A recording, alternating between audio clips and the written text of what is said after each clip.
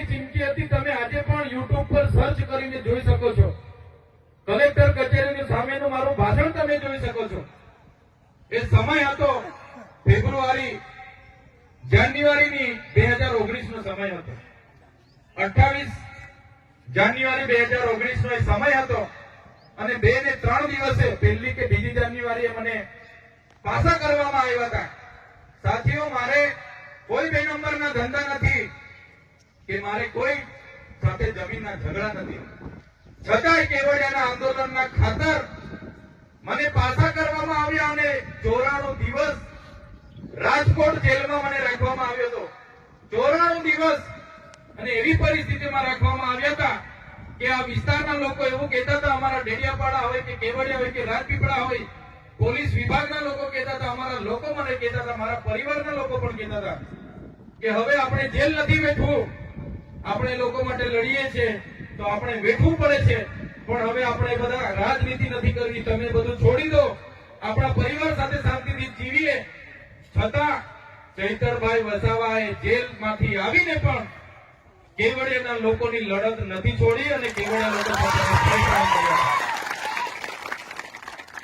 ફરી પણ કેવડિયાના લોકોને અમે આવીને મળ્યા હતા. શકુંતલાબેનના ઘરે અમે બધા ભેગા થયા અને ચર્ચા કરી કે તમારી સાથે જ છે, અમે જેલો કરશે, અમે ડરવાના નથી. ફરી અમે 2020માં જ્યારે એસઓયુ સત્તામંડળ બન્યું ત્યારે એક પણ ધારાસભ્ય, તે સમયના એક પણ ધારાસભ્ય નાંદોદના હોય, ડેડિયાપાડાના હોય કે છોટાઉદેપુરના હોય, 27 આદિવાસી ધારાસભ્યમાંથી એક પણ ધારાસભ્ય કેવડિયા સત્તામંડળના વિરોધમાં બોલ્યો નથી. માત્ર જિગ્નેશભાઈ મેવાણી બોલ્યા હતા. એ આજે પણ મને યાદ છે. સત્તામંડળનો જ્યારે કાયદો પસાર થયો, એક પણ આદિવાસી ધારાસભ્ય વિધાનસભામાં બોલ્યો નથી. મિત્રો, આ સત્તામંડળ હાલે ધારે છે કે અમારે હજુ 10 કિલોમીટર ઝરવાણી સુધી લેવું છે તો સત્તામંડળમાં ઝરવાણીને પણ લઈ શકે છે. આજે 6 ગામને સત્તામંડળમાં લીધા છે. 6 ગામનો પાવર ખતમ થઈ ગયો, સરપંચનો પાવર પૂરો થઈ ગયો. ત્યાં કોઈ ગામ સભા નથી મળતી. સત્તામંડળ નક્કી કરે ફાઇનલ, સરપંચનું સત્તાનું કંઈ ચાલતું નથી. જો આ સત્તામંડળ આવનારા દિવસોમાં નક્કી કરશે કે આપણે સાપુતારાથી લઈને સ્ટેચ્યુ ઓફ યુનિટીનો રોડ આ વિસ્તારમાં આવે છે, ઝરવાણીને પણ આપણે ડેવલપ કરી લઈએ, એને પણ સત્તામંડળમાં લઈ લઈએ, તો તે દિવસે પણ આ લોકો ધારશે તો ઝરવાણીને પણ સત્તામંડળમાં લેશે. તે દિવસે આપણો સરપંચ પણ આપણો નહીં હશે, આ વિસ્તારનો તાલુકા સભ્ય પણ નહીં હશે, કોઈની ગામ સભા પણ આ વિસ્તારમાં ચાલશે. એવો સત્તામંડળનો કાયદો છે. આપણા બધા પાવર એમાં છીનવાઈ જાય છે. એટલે અમે લડતા હતા. 2020-21માં અમે એ સત્તામંડળના કાયદાના વિરોધમાં કેવડિયા ખાતે અમે ધરણા પ્રદર્શન આંદોલન અમે ચાલુ કર્યું હતું. હેલિપેડનું ગ્રાઉન્ડ હતું. અમે 2-3 હજાર લોકો ત્યાં ધરણા પર આવા તાપમાં બેઠા હતા. આજે પણ મારા કેવડિયાના સાથી મિત્રો, મારા શકુંતલાબેનથી માંડીને બધાને ખબર છે, એ રદ કરવા માટે અમે લડતા હતા. એક પણ ધારાસભ્ય ગુજરાતનો અમારા સહકારમાં નથી આવ્યો. 70 લોકો પર અમારા પર ત્યારે પણ ફરિયાદ થયેલી. અમને બધાને જેલમાં નાખ્યા હતા, અમારી ગાડીઓ નાખી દીધી હતી, અમારો મંડપ, અમારા પડદા. ત્યારે પણ અમે કીધું હતું તમારે જેટલી વખત જેલમાં નાખવા હોય તેટલી વખત નાખજો. અમે કેવડિયાને જનતા માટે જ્યાં પણ અન્યાય થશે અમે લડીશું. અમારી તમારી જેલોથી અમે ક્યારે ડરવાના નથી. સાથીઓ, જ્યારે આવા અન્યાયો થાય છે ત્યારે અમને દુઃખ થાય છે. નર્મદા ડેમની જ્યારે દેશને જરૂર પડી ત્યારે આપણા આખા ગામડા એમાં આપણે વિસ્થાપિત થયા છે. આપણા પરિવાર સાથે વિખૂટા પડી, આપણી પ્રકૃતિ સાથેનો નાતો તૂટી ગયો, આપણી સંસ્કૃતિ તૂટી ગઈ, સમાજ સાથે આપણે વિખૂટા પડ્યા અને આપણા સાથેના લોકો કેટલા વિસ્થાપિત થઈને નવા વસાહતોમાં જતા રહ્યા. આજે પણ એમના અધિકારો એમને નથી મળ્યા. એમણે કીધું હતું પરિવારમાંથી એક જણને સરકારી નોકરી આપીશું, સિંચાઈ પિયત વાળી ખેતીની જમીન આપીશું, નર્મદાની વીજળી મફત આપીશું. આજે પણ એ લોકોની માંગ નથી પૂરી થઈ. આજે પણ એ લોકોના ગામોમાં સ્મશાનની જગ્યા નથી. એ લોકોની ગામમાં આજે આંગણવાડી નથી. એ લોકોના ગામમાં આજે પણ શાળા નથી, ગોચર નથી. એવી પરિસ્થિતિ અહીંથી વિસ્થાપિત થયેલા લોકોની છે. એટલા માટે અમને દુઃખ થાય છે. નર્મદાનો ડેમ બન્યો, પાણી તમે કચ્છ સુધી લઈ જાઓ તો અમને વાંધો નથી. તમે પૂરા દેશમાં લઈ જાઓ, બધાને આપો, અમને કોઈ જ વાંધો નથી, બધાને આપો. પણ જે આદિવાસી સમાજે પોતાના ગામો અહીંયાથી વિસ્થાપિત કર્યા, પોતાની જમીન એમાં ડૂબી ગઈ, એ લોકોને આજે પણ પીવાના પાણીના ફાફા કરવા પડે એ વાત સાથે અમે સહમત નથી. એટલે આવનારા દિવસોમાં આપણે બધાએ જાગૃત થવું પડશે. આપણે તળાવ રાખવા બેઠા છે અને તરસ્યા મરીએ છીએ એવી વાત અહીંયા ઉભી થાય છે. આપણું પાણી આપણને નથી મળતું ત્યારે સરકારોને પણ કહેવા માંગીએ છીએ, તમે ગુજરાત નહીં, તમે દેશમાં લઈ જાઓ પાણી, અમને વાંધો નથી, પણ અમારા સમાજને કેમ નથી આપવા માંગતા? જો આવનારા દિવસોમાં આ સરકારો આપણા આદિવાસી સમાજને નર્મદાનું પાણી નહીં આપશે, તે દિવસે આપણે બધા ભેગા થઈને નર્મદા કેનાલ બંધ કરવાની ફરજ પડશે, તો આપણે બંધ કરાવી દઈશું. અહીંયા તળાવ રાખવા બેઠા છે આપણે તરસ્યા મરીએ છીએ, એ હવે ચાલવા દેવાનું નથી. આજે સ્ટેચ્યુ ઓફ યુનિટી થી ગ્રીન કોરિડોર બનતો અહીંયા સુધી આવી ગયો છે, પાટલા મોલ સુધી. અમારે ડેડિયાપાડામાં આવીને અમે અટકાવીને બેઠા છે. અમે સરકારને કીધું વિકાસ સાથે અમે સહમત છે, પણ તમારા રોડમાં અમારા ખેડૂતને શું વળતર મળવાનું છે? અમારા ખેડૂતનું મોવડો જાય, આંબો જાય, જે ઝાડ કપાશે એનું શું વળતર મળશે? કાચું ઘર, પાકું ઘર જશે એનું શું વળતર મળશે? બોર જશે, કૂવો જશે એનું શું વળતર મળશે? જમીનનું શું વળતર મળશે? જે લોકો સનત મળી છે, જંગલની જમીન ખેડી ખાય છે લેવલિંગ કરીને, એમને શું વળતર મળશે? ત્યારે સરકાર પાસે જવાબ નથી. એટલે સરકારને અમે કીધું છે વિકાસ સાથે અમને વાંધો નથી, પણ જો તમે અમારા ખેડૂતની મફતના ભાવે આ જમીન લેવા માંગતા હોય તો હવે તમારો રોડ આ વિસ્તારમાંથી અમે નીકળવા દેવાના નથી. આદિવાસી આ પ્રકૃતિ સાથે જીવનારો છે. આ હાઈવે બની ગયા, સ્ટેચ્યુ ઓફ યુનિટી ઊંચા બની ગયા, બિલ્ડિંગો બની ગયા, નહેરો નીકળી ગઈ, રેલવે નીકળી ગઈ, કોરિડોર નીકળવાના છે. એ કઈ આપણા આદિવાસીઓના માટે નથી, એનાથી આદિવાસીઓનો વિકાસ નથી થવાનો. એ વિકાસ એ પૂંજીપતિઓનો, ઉદ્યોગપતિઓને આ વિસ્તારમાં લાવવા માટેનો, આ વિસ્તારમાં જે ખનીજોના ભંડારો છે એને કાઢવા માટેનો આ લોકો આગોતરું પ્લાનિંગ કરી રહ્યા છે. તો સાથીઓ, આજે તમે કેવડિયાવાળા એકલા નથી. આજે કેવડિયાવાળાની વારી છે, કાલે માલસામોટવાળાની પણ વારી આવવાની છે, દેવમોગરાવાળાની પણ વારી આવવાની છે, છોટાઉદેપુર વાળાની પણ વારી આવવાની છે. આદિવાસી વિસ્તાર જ હવે બચ્યો છે.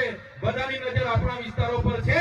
જો આજે આપણે જાગીશું નહીં, આવનારા દિવસોમાં તમામ આદિવાસી વિસ્તાર 10 થી 15 વર્ષમાં પતી જવાનો છે. તમે યાદ રાખજો. એટલા માટેની આજે આ જનજાગૃતિની મીટિંગ છે કે આપણે હવે જાગી જવાનું છે. ત્યાં સુધી આપણે વિકાસના નામે આપણી પાસે મફતના ભાવે જમીનો લઈ છે. આજે સ્ટેચ્યુ ઓફ યુનિટીની વાત આવે, આ ગામથી સ્ટેચ્યુ ઓફ યુનિટી સામે દેખાય છે. અમે પીપળી ખેતર ફળિયામાં હમણાં જઈને આવ્યા, ત્યાં ગાડી નથી જતી. જ્યાં વિશ્વની સૌથી મોટી પ્રતિમા હોય, વિશ્વના ટુરિઝમો આવતા હોય, અને સરકારો આ સ્ટેચ્યુ ઓફ યુનિટીના નામે, નર્મદા ડેમના નામે પૂરા દેશમાં ચૂંટણી લડીને જીતતી હોય, અને એનાથી 5 કિલોમીટરના ગામમાં, 10 કિલોમીટરના ગામમાં રોડ ના હોય, આનાથી દુઃખની વાત તો બીજી શું હોઈ શકે? આનાથી દુઃખની વાત બીજી શું હોઈ શકે? સાથીઓ, દુઃખની વાતમાં પણ આપણા લોકોને તાળીઓ પાડવાની ટેવ પડી ગઈ છે. એટલા માટે જ આ લોકો અહીંયા આવે છે, બોલાવે છે, તાળીઓ પડાવે છે, ને બધું લૂંટી જાય છે. ક્યાં તાળી પાડવી એ પણ આપણા લોકોને ખબર નથી પડતી. કોની સામે તાળી પાડવી એ પણ આપણા લોકોને ખબર નથી પડતી. એટલે અમને દુઃખ થાય છે. આજે સ્ટેચ્યુ ઓફ યુનિટીના 7 થી 8 કિલોમીટરના ગામ પીપળી ખેતરમાં અમે હમણાં જઈને આવ્યા, રોડ નથી. ત્યાંની બહેનોએ કીધું, એક બેન ડિલિવરીમાં હતા, પ્રસૂતિની પીડાથી ઝોલીમાં લઈ જતા મરી ગયા. મહિના પહેલાની વાત છે. અહીંથી 10 કિલોમીટર ચાપડ ગામમાં, આ તાલુકાનું ગામ છે, જ્યાં વિશ્વની સૌથી ઊંચી પ્રતિમા છે. એ ચાપડ ગામની મહિલાને પ્રસૂતિની પીડા ઉપડી. એમ્બ્યુલન્સ રોડનો આવવાના કારણે ત્યાં નહીં આવી પહોંચી. ગામના યુવાનો ઝોલીમાં નાખીને નીકળ્યા. 5 થી 7 કિલોમીટર ચાલીને જવાનું હતું. રસ્તે ડિલિવરી થઈ ગઈ, બાળકને જન્મ આપ્યો. પ્રકૃતિની દયાથી બેન બચી ગયા, પણ એની બાજુનું ગામ જે તુરખેડા ગામ છે ત્યાંની મહિલાની પણ આ પરિસ્થિતિ ઊભી થઈ, પ્રસૂતિની પીડા ઉપડી, ગામના યુવાનો વડીલો ઝોલીમાં રાખીને લઈ જતા હતા, એટલી પીડા ઉપડી કે બેનને રસ્તામાં ડિલિવરી થઈ ગઈ ને બેને પોતાની જીવ ગુમાવવો પડ્યો. શા માટે આદિવાસીઓ સાથે અનદેખી કરવામાં આવે છે? મોટી મોટી સમાનતાની વાતો થાય છે, પણ વરવી વાસ્તવિકતા એવી છે કે દેશના આઝાદીના 78 વર્ષ પછી પણ અમારી જમીનો સંપાદન થઈ, એનું વળતર નથી મળ્યું, વિસ્થાપિતોને એની માંગો નથી પૂરી થઈ. આ વિસ્તારોમાં શિક્ષકો માટે અમારે આંદોલનો કરવા પડે, રોડો માટે અમારે આંદોલનો કરવા પડે, સ્કૂલો માટે અમારે આંદોલનો કરવા પડે, યુવાનોના રોજગારી માટે આંદોલનો કરવા પડે, જંગલની જમીનો માટે અમારે આંદોલનો કરવા પડે, નર્મદાના પાણી માટે અમારે આંદોલનો કરવા પડે. તો આ સરકારોને હવે કહેવા માંગીએ છીએ, નર્મદામાં અમે જમીનો આપી, કરજણમાં અમે જમીનો આપી, ઉકાઈમાં અમે જમીનો આપી, કડાળામાં અમે જમીનો આપી, રોડોમાં અમે જમીનો આપી, નેરોમાં અમે જમીનો આપી, હાઈ ટેન્શન લાઈનોમાં અમે જમીનો આપી, જીઆઈડીસીઓમાં જમીનો આપી, જીએમડીસીઓમાં જમીનો આપી, સરકારી ભવનો બનાવવામાં જમીનો આપી, છતાં અમારો વિકાસ નથી થતો. તો સરકારોને કહીએ છીએ, જો તમે અમારો વિકાસ કરવા નહીં માંગશો તો આવનારા દિવસોમાં દેશનું 29મું રાજ્ય ભીલ પ્રદેશ અમે બનાવવા જઈ રહેલા છે, એની રાજધાની અમે કેવડિયા બનાવીશું. અમને અલગ 29મું રાજ્ય અમારું સ્વતંત્ર આપી દો, એની રાજધાની અમે કેવડિયા બનાવીશું. અમારી પાસે આટલું બધું પાણી છે, એની રોયલ્ટી છે, વીજળી ઉત્પન્ન થાય છે, એની રોયલ્ટી આવે છે. અમારે ત્યાં લિગ્નાઇટની ખાણો છે, રેતીની ખાણો છે, યુરેનિયમની ખાણો છે. અમારે ત્યાં ભૂગર્ભમાં એટલા બધા ખનીજો છે, જળ છે, જંગલ છે, જમીનો છે. અમને અલગ સ્વતંત્ર આદિવાસીઓનું સ્વાયત્ત રાજ, અમને અલગ ભીલ પ્રદેશ રાજ્ય આપો, અમે અમારો વિકાસ કરી લઈશું. હવે તમારા ભીખની અમને જરૂર નથી. ક્યાં સુધી અમે, અમારા સાથી મિત્ર નિરંજનભાઈએ કીધું, ક્યાં સુધી અમે આંદોલનો કરીશું, ક્યાં સુધી અમે ધરણાઓ કરીશું, ક્યાં સુધી અમારા જમીનોના વળતરો માટે ભીખ માંગીશું, ક્યાં સુધી લડેંગે જીતેંગે, ક્યાં સુધી જિંદાબાદ મુર્દાબાદ કરતા રહીશું. એટલે હવે જે પણ અમારી બાપ દાદાએ જિંદગી લડેંગે કહ્યું હશે, અમારા બાપ દાદાએ જે પણ ધરણા પ્રદર્શન કર્યા હશે, અમે હવે યુવાનો તૈયાર નથી. હવે સરકારને અમે સીધીને સરળ ભાષામાં કહેવા માંગીએ છીએ, દેશનું 29મું રાજ્ય અમને ભીલ પ્રદેશ આપી દો, અમે અમારો વિકાસ કરી લઈશું. એની રાજધાની અમે કેવડિયા બનાવવા જઈ રહેલા છે અને અમારા સમગ્ર આદિવાસી સમાજનો અમે વિકાસ કરી લઈશું.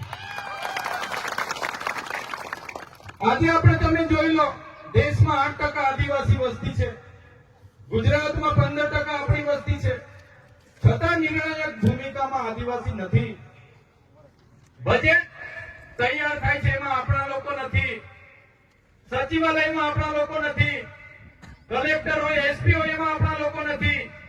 આજે યુનિવર્સિટીઓના કુલપતિ આપણા લોકો નથી, ન્યાય પ્રણાલિકોમાં આપણા લોકો નથી. જ્યાં પણ નિર્ણય લેવાનો હોય છે ત્યાં આપણા લોકોને સાઈડ પર કાઢવામાં આવ્યા છે. કરોડો અબજોના બજેટો બની જાય છે, પણ ગેર આદિવાસી લોકો એ બજેટો સગે વગે કરવા અને મંત્રીઓના હાથા બનાવીને, અહીંના ધારાસભ્યોને હાથા બનાવીને, સાંસદોને હાથા બનાવીને અહીંની જમીનો આજે લૂંટાઈ રહી છે. આજે 73 એની જમીનો કેવડિયામાં કલેક્ટરોએ શ્રી સરકાર કરીને એમના મળતિયાઓને આપી દીધી. એક પણ નેતા બોલવા માટે તૈયાર નથી. ઊંચા ઊંચા ભવનો બની ગયા, બિલ્ડિંગો બની ગયા, એક પણ નેતા ખેડૂતો સાથે આવીને ઉભો રહેવા તૈયાર નથી. અહીંયા એટલી મોટી એજન્સીઓ બધી આવી, સફારી પાર્ક જેવા સફારી પાર્ક 200 કરોડના ટ્રાઇબલ બજેટથી બનાવવામાં આવ્યો અને રૂપિયાના ટોકનથી રિલાયન્સને આપી દેવામાં આવ્યો. એક પણ નેતા બોલવા તૈયાર નથી. શા માટે આદિવાસીઓને આટલો બધો અન્યાય થાય છે? શા માટે? દેશના આઝાદીમાં અમે કહીએ છીએ, આઝાદીમાં આદિવાસી સાથે કેમ અન્યાય? જ્યારે અમે આદિવાસીઓ માટે બોલીએ છીએ ત્યારે કેટલાક નેતાઓ અમને જાતિવાદીમાં ખપાવે છે, કેટલાક અલગતાવાદીમાં, પ્રાંતવાદીમાં, વિકાસ વિરોધીમાં, નક્સલવાદીઓમાં અમને ચિતરે છે. ત્યારે અમે કહેવા માંગીએ છીએ, અમારા અધિકાર, કુદરતી અધિકારો અમને જોઈએ છે, બંધારણીય અધિકારો અમને જોઈએ છે. આ વિસ્તારોમાં આજ દિન સુધી અનુસૂચિત 5 લાગુ નથી થઈ, પૈસા 1 લાગુ નથી થયા. શા માટે? 73 એના અમારા કાયદાનું ઉલ્લંઘન કરવામાં આવે છે. બંધારણમાં જે પણ માનવતાવાદી કાયદાઓ બનાવવામાં આવ્યા છે એનું અધિકારીઓ દ્વારા અર્થઘટન કરીને, ખોટું અર્થઘટન કરીને ઉલ્લંઘન કરવામાં આવે છે. ત્યારે અમારે હવે આ બધું સહેવાનું અમે સહેવાના નથી. જે રીતે તેલુગુ લોકોને તેલંગાણા મળ્યું છે, મરાઠાઓને મહારાષ્ટ્ર મળ્યું છે, ગુજરાતીઓને ગુજરાત મળ્યું છે, પંજાબીઓને પંજાબ આપવામાં આવ્યું, નાગા લોકોને નાગાલેન્ડ આપવામાં આવ્યું, ઝારખંડ બન્યું, છત્તીસગઢ બન્યું, ઉત્તરાખંડ બન્યું. એ જ રીતે આદિવાસીઓને અલગ ભીલ પ્રદેશ આપી દો, અમે અમારા આદિવાસીઓનો વિકાસ કરી લઈશું. અને એમાં અમે ક્યારે કોઈને આ લડતમાં અમે કોઈને વિચારવાના નથી. ઘણીવાર કહેવામાં આવ્યું અમે કાલે આપી દઈએ, પણ કઈ રીતના વિકાસ થશે? આટલી મોટી દેશમાં 80% ખનિજ સંપદાઓ આદિવાસી વિસ્તારોમાં છે, તો પણ આજે 80% આદિવાસી ગરીબ રેખાના નીચે જીવે છે. આજે દેશમાં નાના મોટા ડેમો હોય, ખનીજોની ખાણો હોય, કારખાના હોય, જીઆઈડીસી હોય, સરકારી આવાસો હોય, રોડ હોય, રસ્તા હોય, કોરિડોર હોય, નહેરો હોય કે રેલવે હોય. આજે દેશમાં 1,40,00,000 લોકો આદિવાસીઓને વિસ્થાપિત કરવામાં આવ્યા છે. આજે 1,40,00,000 આદિવાસી પોતાની જમીનોથી વિભિન્ન થઈ ગયેલો છે, પોતાની સંસ્કૃતિથી, પોતાની પ્રકૃતિથી ભિન્ન થઈ ગયેલો છે, પોતાના સમાજથી છિન્ન થઈ ગયેલો છે. ત્યારે આજે આદિવાસી બેહાલ છે. આદિવાસી આજે કોઈ પણ જાતના બેહાલ, બેસહારા થઈને આજે દેશમાં ફરી રહ્યો છે. ત્યારે સાથીઓ, સ્વાભાવિકપણે આદિવાસીઓની ચિંતા અમારે કરવી પડે છે. આજે જે પરિસ્થિતિ આ વિસ્તારોમાં લોકો કરી ગયા છે, આવનારા દિવસોમાં સ્ટેચ્યુ ઓફ યુનિટીથી સાપુતારાનો કોરિડોર આવી રહ્યો છે, ત્યારે પણ આપણે જાગવાની જરૂર પડશે અને બધાએ સાથે રહીને આગળ વધવું પડશે. વધારે વિશેષ નથી અમે કહેતા, પણ આદિવાસી સમાજનો ઇતિહાસ ગૌરવશાળી છે. દેશની આઝાદીમાં આટલું મોટું યોગદાન આપ્યું, દેશના વિકાસમાં આટલું મોટું યોગદાન આપ્યું, પણ જ્યારે આટલી બધી આદિવાસીઓ સાથે અસમાનતા ભાવથી જોવામાં આવે છે, ત્યારે દુઃખ સાથે અમારે કહેવું પડે છે. ત્યારે વધારે વિશેષ નથી કહેતા, સમય પણ ઘણો થયો છે, તમે પણ ઘણા સમયથી બેઠા છો. પણ જે પરિસ્થિતિ આપણી છે એમાંથી નીકળવા માટે આપણે બધાએ જાગવું પડશે. જે નેતાઓને આપણે ચૂંટીને મોકલીએ છીએ, ચાહે તાલુકા પંચાયતનો હોય, જિલ્લા પંચાયતનો હોય, ચાહે ધારાસભ્ય હોય કે સાંસદ સભ્ય હોય, એ આપણું પ્રતિનિધિત્વ ત્યાં વિધાનસભામાં કે સંસદ સભામાં કરતા નથી. એના કારણે જ આજે આપણે દુઃખી થયા છે. ત્યારે સાથીઓ, મૂળ વાત, આવનારા દિવસોમાં જે પણ ચૂંટણીઓ આવશે, એ ચૂંટણીઓમાં તમારું પ્રતિનિધિત્વ કોણ કરી શકે છે, તમારા માટે કોણ ગ્રાઉન્ડ પર અને સદનમાં બોલી શકે છે, એવા નેતાને તમે પસંદ કરીને આવનારા ભવિષ્યમાં આગળ મોકલજો. તો જ આપણા બધાનો કંઈક નિવાડો આવશે એવું માનું છું. સાથે સાથે આજના કાર્યક્રમમાં અમને બધાને તમે લોકોએ આમંત્રિત કર્યા, અમારું સન્માન કર્યું, અમારા સ્વાગત કર્યા, અમને સાંભળ્યા, એ બદલ બધાનો આભાર માનીએ છીએ. સાથે સાથે બધાને ઉલગુલાલ, આપકી જય, સ્વકર્તા પિતૃ કી જય, બધાને જોહાર, પ્રકૃતિ કી જય, ભારત માતા કી જય. જય ભીલ પ્રદેશ સાથે વિનમું છું. બધાનો ખૂબ ખૂબ આભાર, ધન્યવાદ. જય આદિવાસી.